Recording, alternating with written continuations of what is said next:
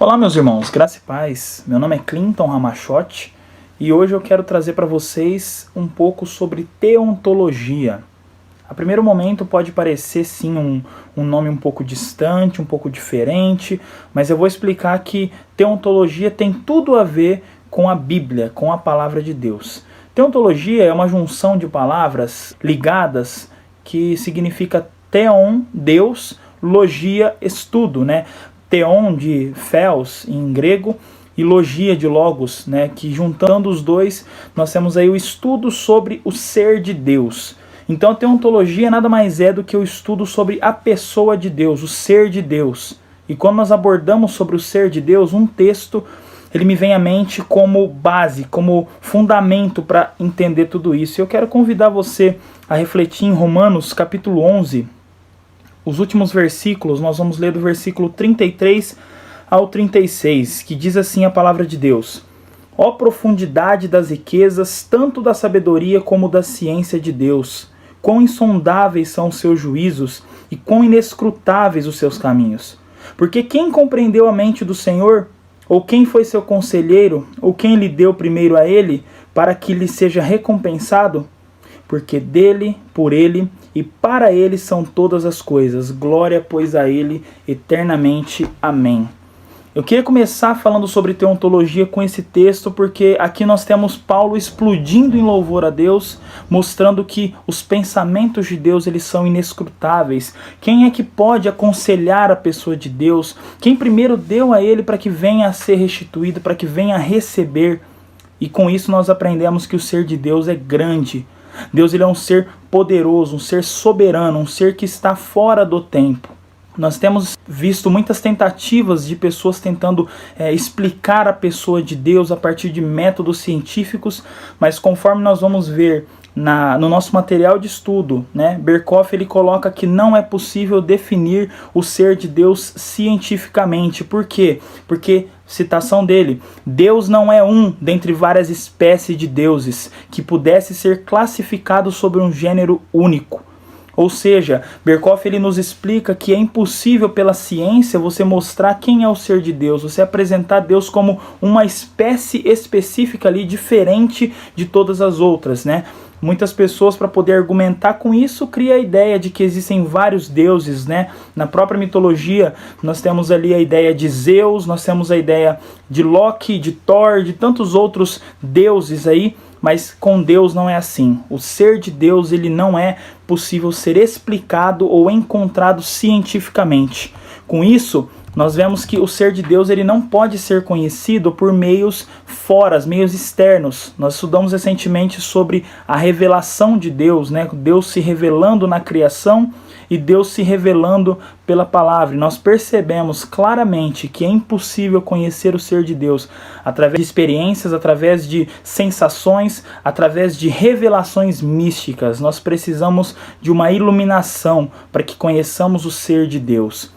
Além disso, Berkhof ele diz que a Bíblia nunca opera com um conceito abstrato de Deus, mas sempre o descreve como Deus vivente, que entra em várias relações com as suas criaturas, relações que indicam vários atributos diferentes. Com isso, nós chegamos à conclusão que o ser de Deus ele se revela. Quando nós falamos sobre o ser de Deus, a pessoa de Deus, nós vemos que é um Deus que se revela, ele manifesta quem ele é para o seu povo, para a igreja. Com isso eu cito aqui o capítulo 5, versículo 25 de Efésios, onde nós temos ali Paulo ilustrando a ideia de casamento e trazendo a ideia de que Cristo, que é o próprio Deus, ele se entregou por amor à sua igreja, né? Há ali uma demonstração do atributo do amor de Deus. Então, esses diferentes manifestações de Deus com os seus atributos mostra claramente que ele se revela para a sua igreja com amor. Por outro lado, em Salmos, capítulo 7, versículo 11 a 13, é mostrado que Deus ele se revela um Deus irado para com os ímpios. Aqueles que não professam a Deus, aqueles que não têm a fé salvadora, são pessoas que estão debaixo da condenação, da ira de Deus. E aqui nós vemos claramente a manifestação de Deus sendo justo, Com isso, nós não podemos de maneira nenhuma separar, desvincular os atributos de Deus e fatiá-los ao nosso bel prazer. Nós não podemos fazer isso, e é mais ou menos isso que Berkhof vem trazer na sua sistemática. Além disso, quando nós falamos sobre o ser de Deus, nós colocamos aqui os atributos. É impossível falarmos sobre o ser de Deus e não abordarmos os seus muitos atributos revelados na Escritura. Com isso, a Escritura, diz Berkhof, não exalta um atributo de Deus em detrimento dos demais, mas os apresenta como existentes em perfeita harmonia no ser absoluto. Ou seja, os atributos eles são absolutos. Nós não temos aqui uma ideia bíblica de que os atributos de Deus eles variam, né, a cada momento. Quando Deus ele quer demonstrar o seu amor, o amor passa a ser maior do que a sua justiça. Não é isso. Não há possibilidade alguma de fatiarmos os atributos de Deus e nem de diminuirmos a Ele. Deus não é mais amor do que justiça. Deus não é mais santidade do que poder. Todos os atributos de Deus se encontram em perfeita harmonia. O ser de Deus é um ser completo. E eu creio claramente que a palavra completo ainda seja pouco para aquilo que Deus de fato é.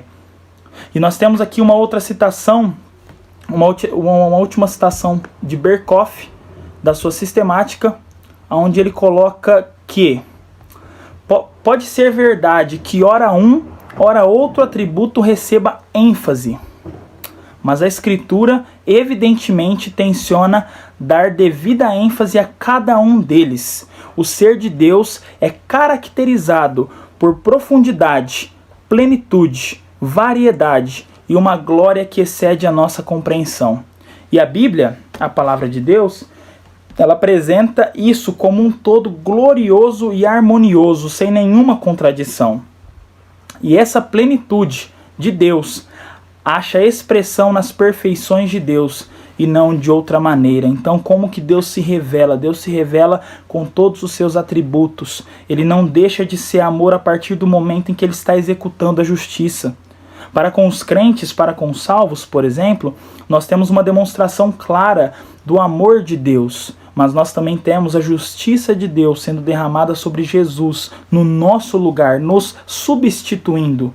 E aqui nós vemos então os atributos de Deus sendo colocados em prática. Basicamente, o ser de Deus é um ser harmônico, um ser que tem os seus atributos sendo demonstrados com o tempo, de todas as formas e de forma harmônica. Aqui Berkhof coloca que a Escritura, hora ou outra, sim, dá uma ênfase maior em um em detrimento do outro, mas nunca ela coloca um atributo maior em detrimento do outro. Nós temos textos que falam claramente da misericórdia de Deus, mas nós temos textos que falam sobre a ira de Deus. Nós encontramos na Escritura, então, um material para poder juntar e unificar tudo isso, entendendo que há aqui uma harmonia, não uma contradição. Esse, então, é o ser de Deus. Então, ao falarmos sobre o ser de Deus, nós também precisamos falar sobre as obras de Deus. E aqui eu quero brevemente colocar esse ponto sobre as obras de Deus, porque na Escritura nós vemos que Deus ele também é conhecido pelas suas obras. Gênesis 1 e 2, por exemplo, nós temos ali o relato da criação, Deus ele se revelando como o Deus criador. Mas ao mesmo tempo nós olhamos para capítulo 11 de Romanos, que foi o texto inicialmente lido, que Deus é um Deus inescrutável, um Deus grande, um Deus que ninguém aconselhou a Ele na criação. Ele, segundo o seu propósito, segundo a sua vontade, criou todas as coisas. Mas por qual motivo que Paulo diz isso? Qual que é a razão de Paulo exaltar o ser de Deus como um ser grande, soberano e poderoso? Capítulo 8, 9 e 10 responde a nossa pergunta. Porque nos capítulos 8, 9 e 10, Paulo vai falar sobre o propósito de Deus na salvação dos homens. Paulo entra em pontos como providência, Paulo entra em pontos como eleição, Paulo entra em pontos como predestinação. E Paulo também coloca pontos importantes no final do capítulo 8, que é sobre a preservação, a salvação garantida do seu povo. Agora, por que o apóstolo Paulo explode em louvor? Porque ele teve conhecimento de algo grande que esse Deus fez. Paulo olha para as obras de Deus e enxerga o próprio Deus trabalhando em um plano eterno, um plano que começou na eternidade, que vai passar pelo curso do tempo e que vai resultar na eternidade com esse Deus. Basicamente, nós temos Paulo rendendo louvores à grandeza de Deus pela obra da salvação. E então, ao falarmos sobre o ser de Deus, nós notamos que as suas obras estão interligadas a ele. E com isso eu quero trazer aqui 3 exemplos disso, rapidamente. Primeiro, a obra de Deus na criação, ela revela a sua glória. Salmo 19, versículo 1.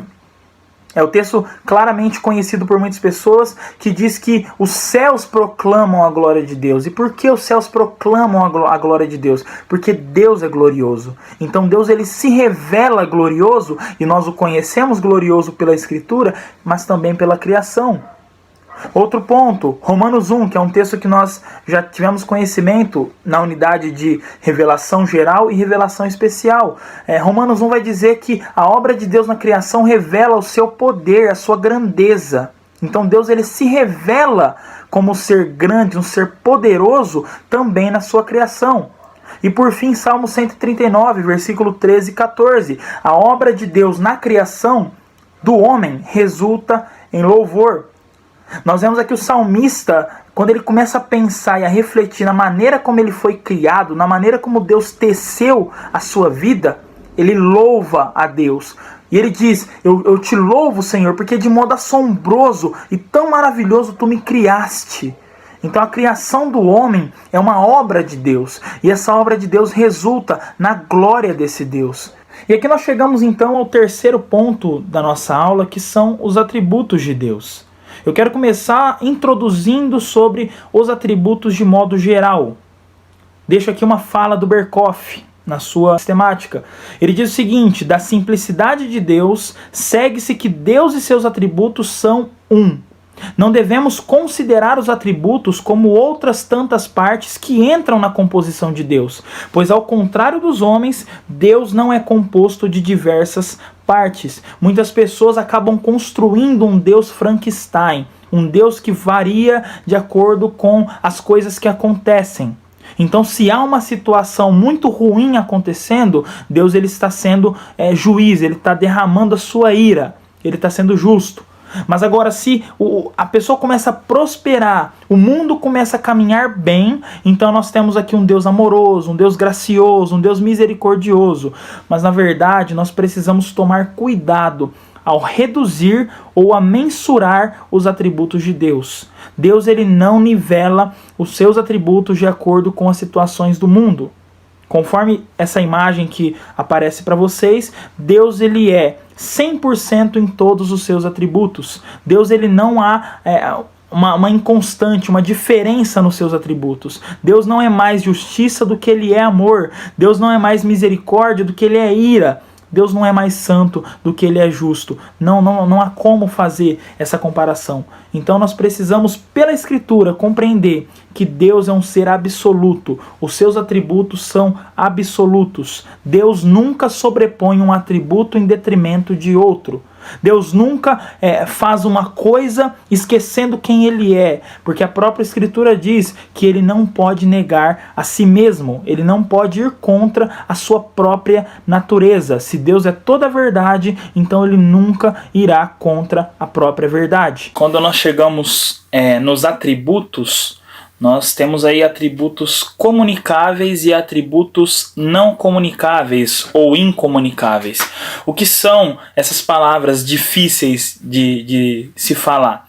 Os atributos comunicáveis são atributos que Deus impressa, Deus, ele colocou no homem na criação. Nós temos assim um exemplo bem superficial da inteligência, a vontade, a moralidade. Tudo isso faz parte dos atributos comunicáveis que Deus coloca no homem. Mas nós temos também os atributos que são incomunicáveis. Os atributos incomunicáveis são aqueles que são exclusivos da pessoa de Deus, como por exemplo a eternidade, a onipotência e alguns outros que nós vamos falar mais para frente. Nós dividimos esses dois pontos em 3 partes diferentes, que são os atributos intelectuais, os atributos morais e os atributos de soberania. Os atributos intelectuais e morais, eles fazem parte desses atributos comunicáveis que Deus coloca no homem. Deus ele impressa esse atributo no homem. O atributo de soberania, como o próprio nome diz, ele é pertencente somente à pessoa de Deus. Por exemplo, nos atributos intelectuais, nós temos o conhecimento de Deus. Deus ele fornece ao homem, ele confere ao homem um conhecimento. Porém, nós temos aqui duas realidades completamente diferentes. O ser de Deus, por ser um ser eterno, um ser poderoso, soberano, ele não precisa aprender absolutamente nada. Então, quando nós colocamos o conhecimento de Deus, nós podemos dizer que quanto à natureza, esse conhecimento ele é diferente do conhecimento dos homens. Por quê? Porque o conhecimento de Deus é abrangente. Ele conhece todas as coisas criadas e conhece a si mesmo. Nada escapa do seu conhecimento. Deus ele não está aprendendo coisas novas o tempo todo. Deus ele já sabe todas as coisas porque ele é a base de todo conhecimento. Ele conhece todas as coisas. Claramente, ele decretou as coisas e ele conhece todas as coisas. Ele não precisa aprender. Embora exista no meio, até mesmo em algum meio evangélico, existe o pensamento do teísmo aberto, que é um Deus que descobre as coisas conforme o tempo passa. Ou seja, Deus ele vai descobrir o que vai acontecer no dia de hoje conforme os homens forem escolhendo. Entretanto, as escolhas dos homens é o que vai determinar o que venha a acontecer no final. Se o homem escolher a saída A, existe uma consequência na saída A. Se ele escolher a saída B, existe outra consequência na saída B. Então, dentro desse pensamento, o ser de Deus é um ser incompleto, porque não existe nele o conhecimento abrangente de todas as coisas. Diferente disso também, Deus ele conhece exaustivamente, ele conhece tudo de forma completa e nada de forma parcial. Deus ele não está aprendendo as coisas. Nós é que precisamos aprender as coisas gradativamente e dia após dia. Deus não. Deus ele é eternamente conhecedor de tudo o que existe. Além disso, o conhecimento de Deus ele também é infinito. Seu conhecimento ele transcende as coisas criadas. Embora aqui, nesse mundo, a ciência vá descobrindo novas coisas, as situações que acontecem no mundo vai revelando informações novas, Deus ele tem o conhecimento completo de todas as coisas que foram, que é e que ainda serão, porque ele tem um conhecimento infinito. Além disso, Deus também tem um conhecimento simultâneo. O conhecimento dele é feito de maneira completa. Ele não descobre coisas novas, até porque tudo que existe, tudo que já existiu, tudo que existirá faz parte do que Deus conhece, porque Deus ele é de eternidade a eternidade, um Deus eterno, um Deus conhecedor. É um dos atributos, inclusive, que nós vamos falar lá na frente, que é um atributo incomunicável também. Outro atributo que faz parte dos intelectuais é a sabedoria de Deus. Deus ele concede também ao homem a sabedoria. Entretanto, a sabedoria de Deus ela não pode ser separada do próprio Deus. Por quê? Porque ele é a própria sabedoria. No livro de Provérbios nós vemos ali uma alusão muito grande à sabedoria, né? E nós entendemos ali, muitos comentaristas colocam, que essa sabedoria é o próprio Deus. Ele é o Deus sábio. Porque ao criar todas as coisas, ele coloca propósito em todas as coisas.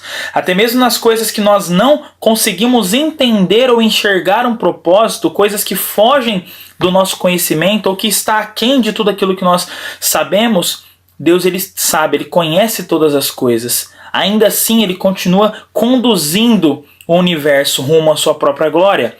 Ele é a própria sabedoria e esse é mais um atributo também que faz parte dos intelectuais. Além disso, nós temos também a veracidade, ou seja, a verdade de Deus, que é um atributo que define ele como alguém perfeitamente confiável. A gente vê as características desse atributo em Deus quando nós lemos na Escritura que Deus não é homem para que minta, nem filho do homem para que se arrependa. Deus, ele não volta atrás da sua palavra porque é impossível que ele erre. É impossível que ele diga algo que não seja verdadeiro. Ele é a própria verdade. E também foi posto em nós esse atributo comunicável. Nós como seres humanos, a partir do momento e principalmente quando nós somos regenerados por Deus, a verdade passa a habitar no nosso coração. e nós nos tornamos de filhos do diabo para filhos de Deus. Nós nos tornamos agora escravos da verdade. Esse é um outro atributo também. Em se tratando dos atributos morais, nós temos a bondade de Deus. Berkhof vai dizer que a bondade de Deus é a afeição que o Criador sente para com as suas criaturas dotadas de sensibilidade conscientes como tais. Ou seja, em se tratando da bondade de Deus usada para conosco, nós somos capazes então também de responder a Deus. Nós somos sensíveis e conscientes a essa resposta. A ideia mais ou menos aqui é que Deus ele não criou robôs. Ele de fato não criou marionetes, como muitas pessoas costumam argumentar aí fora, criticando a teologia reformada. Deus ele cria seres humanos dotados de sensibilidades e conscientes dessa bondade de Deus. Além disso, nós temos também, envolvendo tudo isso, o amor de Deus. Mas aqui Berkhof ele coloca um comentário interessantíssimo. Ele diz: Deus ama as suas criaturas racionais, e aqui é a palavra-chave, racionais, por amor a si mesmo. Ou, para expressá-lo de outra forma, neles, nas criaturas, Deus se ama a si mesmo. Ele ama as suas virtudes, a sua obra e seus dons. Berkhof coloca então que tudo aquilo que o homem tem, tudo aquilo que o homem é capaz de fazer, os seus dons, as suas virtudes, as suas obras, tudo isso é por amor do próprio Deus. Nós vamos cair exatamente no fim principal, no fim último de todo homem, que é o que? Glorificar a Deus. É basicamente isso, uma parte do atributo moral comunicável. Além disso, a graça de Deus também, ela também é algo que foi comunicado a nós. Berkhof diz, segundo a Escritura, a graça é manifestada não só por Deus, mas também pelos homens, caso em que denota um favor de um homem para outro. Mas nestes casos não implica necessariamente em favor imerecido. Embora os homens ajam de maneira graciosa, e isso é mostrado na própria Escritura, isso não significa que os homens eles possuem em si o poder de fornecer um favor imerecido a alguém. O homem não é capaz de perdoar um outro homem. A graça que um homem concede a outro homem não é uma graça de salvação. E por fim, Berkhof coloca: a graça de Deus é a fonte de todas as bênçãos espirituais concedidas aos pecadores. Basicamente, nós entendemos então que a graça de Deus dada ao pecador é a maior fonte de bênção espiritual. Não há outras fontes que forneçam bênçãos a não ser a própria graça de Deus. Aí nós temos então, por fim, os atributos incomunicáveis, que são aqueles atributos que eu mencionei no começo, que pertencem somente a Deus. Os atributos incomunicáveis, eles são exclusivos do ser de Deus. Nenhum outro ser na face da terra, na história do mundo, possui atributos tal como estes, tá? E eu queria começar com a eternidade. Deus, ele é eterno. Você já deve ter ouvido a pergunta: quem criou Deus? Se Deus criou o mundo, quem criou Deus? Como Deus veio a existir? E nós sabemos que essa resposta é uma resposta que pressupõe um Deus que não é eterno. Porém, nós cremos que o atributo da eternidade significa que Deus não tem começo nem fim. A sua existência é eterna, tanto no passado como no futuro, sem interrupções ou limitações causadas por uma sucessão de eventos. Não foi uma explosão que trouxe Deus à vida. Não foi um evento do acaso que veio a trazer a existência da pessoa de Deus. Ele é eterno. A autoexistência de Deus está intimamente ligada com a sua eternidade, pois por não ter começo, ele não foi criado. E por outro, ele existe por si só. Não há nada que sustente a pessoa de Deus. Embora nós chegamos a ver argumentos de algumas pessoas dizendo que Deus ele se sentiu sozinho, ele se sentiu carente, ele decidiu criar o mundo, esse não é o ser de Deus apresentado na Escritura. Deus ele teve por toda a eternidade comunhão com a própria Trindade, que é um outro atributo que eu vou colocar mais para frente. Deus ele teve comunhão eterna com a Trindade.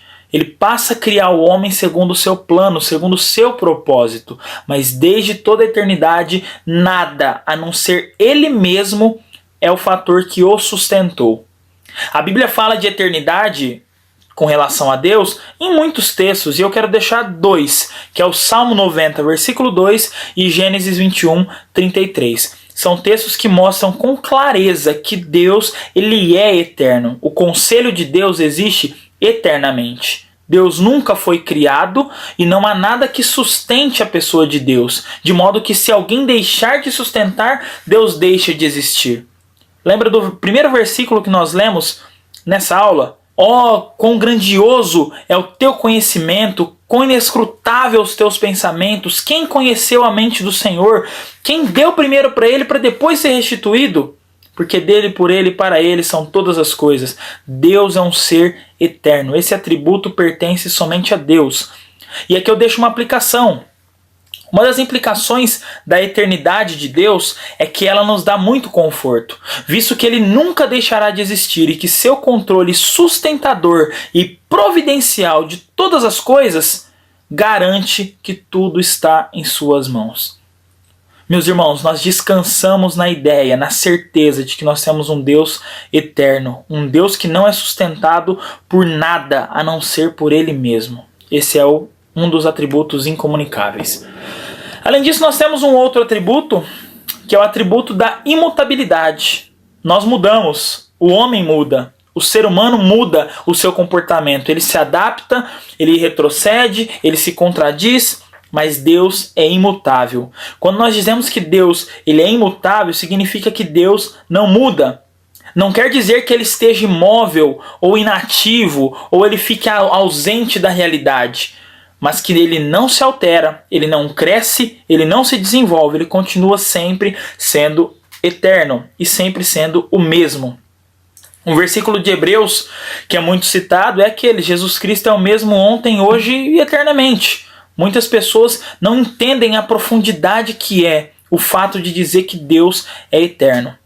A Bíblia ensina sobre a imutabilidade de Deus em Malaquias 3,6, em Tiago 1,17. Tiago 1,17 vai dizer que em Deus não há mudança nem sombra de variação. Por quê? Porque Deus é o mesmo, ele não muda.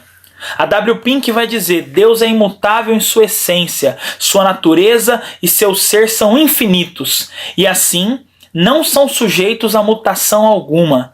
Jamais houve tempo quando ele, Deus, não era. Jamais virá tempo quando ele, Deus, deixará de ser. Deus não evoluiu, nem cresceu, nem melhorou. Tudo que ele é hoje, sempre foi e sempre será. Eu, o Senhor, não mudo. Malaquias 3,6. Essa é a sua afirmação categórica. Deus não muda. E uma aplicação para isso também é que a imutabilidade de Deus ela nos conforta e nos encoraja, porque nós sabemos que ele não pode mentir. Se ele disse alguma coisa, se ele nos prometeu a garantia de uma eternidade com ele, nós teremos a garantia de uma eternidade com ele. A promessa dele permanece firme. Nós cremos em um Deus que não muda. Esse é o ser de Deus. Outro ponto, outro atributo incomunicável é a infinitude. Significa que Deus não tem limites e nem limitações.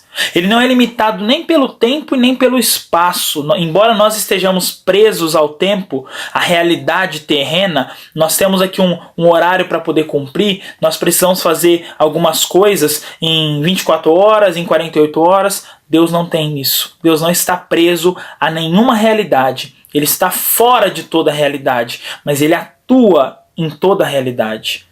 As escrituras elas descrevem esse atributo, por exemplo, lá em Atos 17, 24 a 28, 1 Reis, capítulo 8, versículo 27. E aqui eu deixo uma citação de A.W. Pink com relação a isso. Ele diz assim: a nossa vida não é nem produto do destino cego, nem resultado do acaso caprichoso, mas todas as suas minudências foram prescritas desde toda a eternidade, e agora, no tempo, são ordenadas por Deus que vive e reina. Esse nosso Deus é o Deus que reina de eternidade a eternidade, mas ele não está preso ao que acontece aqui hoje, ainda que tudo isso seja fruto da sua mão poderosa. Além disso, nós temos o atributo da simplicidade. Significa que Deus não é um ser composto nem tem partes distintas. está relacionado à essência de Deus e não é contrário à doutrina da Trindade, porque apesar de Deus ser triuno, Deus não é composto de muitas partes ou substâncias, ele é um só Deus. Entretanto, um aspecto da simplicidade de Deus é que Deus é espírito. E em contraste a isso, nós, seres humanos, nós somos tanto espírito como matéria.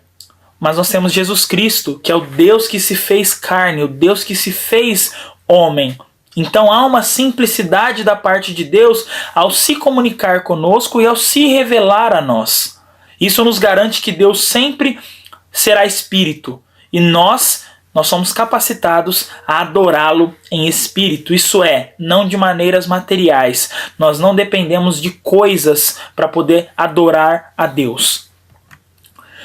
Por fim, o atributo final da unidade de Deus, como mencionado anteriormente, significa que Deus é um só e ele é indivisível.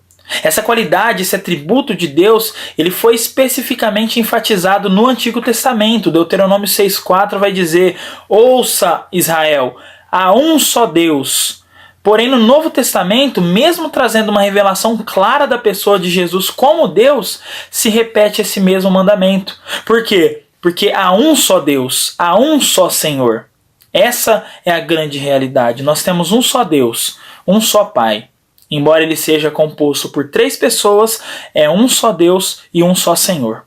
Eu espero que isso tenha ficado muito claro para todos vocês. Eu espero que tudo isso tenha sido útil, edificante para vocês. Para mim foi muito edificante. Conhecer mais sobre o ser de Deus, as suas obras e os seus atributos é algo fantástico, é algo maravilhoso. E eu quero orar por você, orar por essa aula, por esse curso, e que o Senhor nos abençoe, o Senhor nos ajude. Obrigado, querido Deus, por tamanha grandeza que é o Senhor. Nós sabemos que somos pequenos, limitados e nunca chegaremos a conhecer o Senhor na sua plenitude. Mas ainda assim nós almejamos, Pai. Nós almejamos te conhecer cada vez mais. Nós almejamos conhecer o ser de Deus de maneira íntima e de maneira profunda. Obrigado por nos ensinar nessa aula, nesse curso, sobre tudo que o Senhor tem feito por nós e também em nós. E agora venha fazer através de nós também, Pai. Nós agradecemos por tudo e oramos em nome de Jesus. Amém. Deus abençoe e um abraço.